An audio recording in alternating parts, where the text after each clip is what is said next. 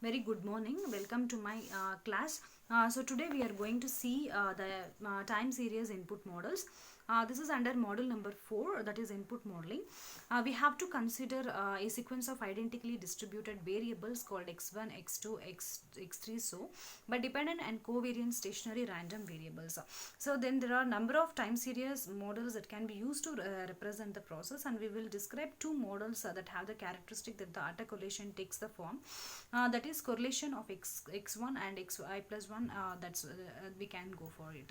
So we will see the things. This is the time series.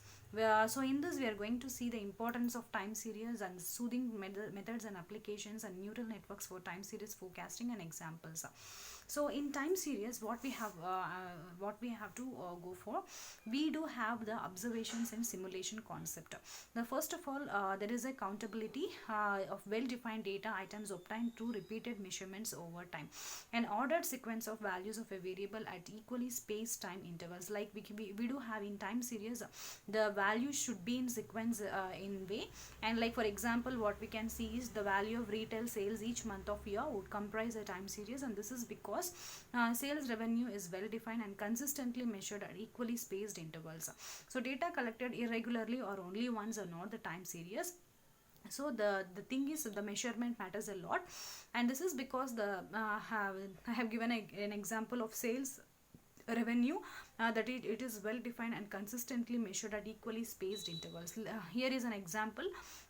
So retail sales is a very good example for the time series. So it should be in a sequence way, and then we will see the analysis part and then forecasting part. So analysis part in the sense, so this data, it should be in order to extract the meaningful statistics and other characteristics of the data.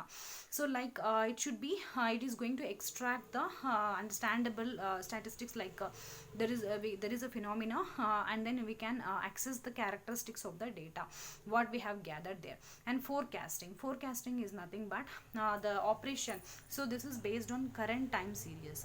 So estimating many future aspects of a business or other operations, this is based on the current time series, we can say. Now we will see the goals of time series. So we have two main goals. One is identifying the nature of the phenomenon represented by the sequence of observations, and forecasting, predicting future value of the time series variable. So how we can go for these goals, in the sense, we need to fix the problem based phenomena.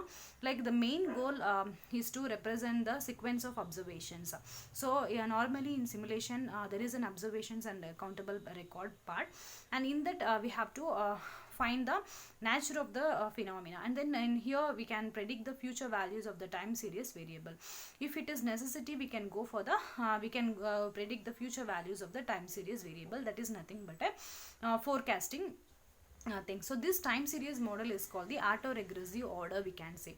So this is, we can say also, order 1 model or AR1 model for short, we can say. So the estimation of parameter theta, this can be obtained from the fact, like a very so here we will see the forecasting, how it is a popular tool, and this is for understanding the existing parts, and this can forecast future activities and planning for the future operations, and evaluate the current accomplishments of performance, and facilitates the comparison also, and smoothing data.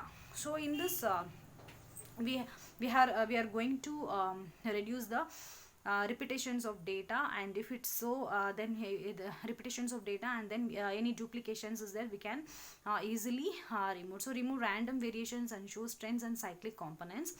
And here it contains, that means a time series contains a large amount of noise. If so, it can be difficult to visualize any underlying trend. There are two different groups of soothing methods. One is averaging smoothing methods, and exponential smoothing methods.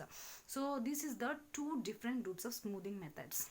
And simple averaging method, what we can say in the simple averaging method, so the existing data by arithmetically averaging over a specified period and projecting forward in time. So this is normally considered a smoothing algorithm and as a poor forecasting results in most of the cases. What we can say, like the existing data, we are going normally what will happen in random way, in randomness, we are going to come in simulation concept, we are going to compare the things with the existing data. and not with the future one. So if it is necessity, then we can go and we can compare with the future one to predict the performance and all. So a moving average is commonly used with the time series data to smooth out short term fluctuations and highlight the longer term trends or cycles. So in this, what the main concept we have to understood is, commonly there is a short term trends and long term trends, or we can say the cycle. So we have to highlight those things and we can find out the average for that. And the moving average is commonly used with these kind of time series data. And so this is the simple averaging method, we can say. Here is an example. There is a week and there is a demand for that. And here is an example. Fi is equal to a t minus 1 plus a t minus 2 plus a t minus 3 plus a t minus n. So we are going to assume n minus 3, and moving average is n data items divided by n. So n data items is nothing but the summation of n data items divided by n. So this is the main formula for this moving average. So how we can calculate the moving average? By using it is used with whenever we have a time series data to smooth out the short term and long term fluctuations or cycles. We can go for this formula, that is summation n data items divided by n. Thank you.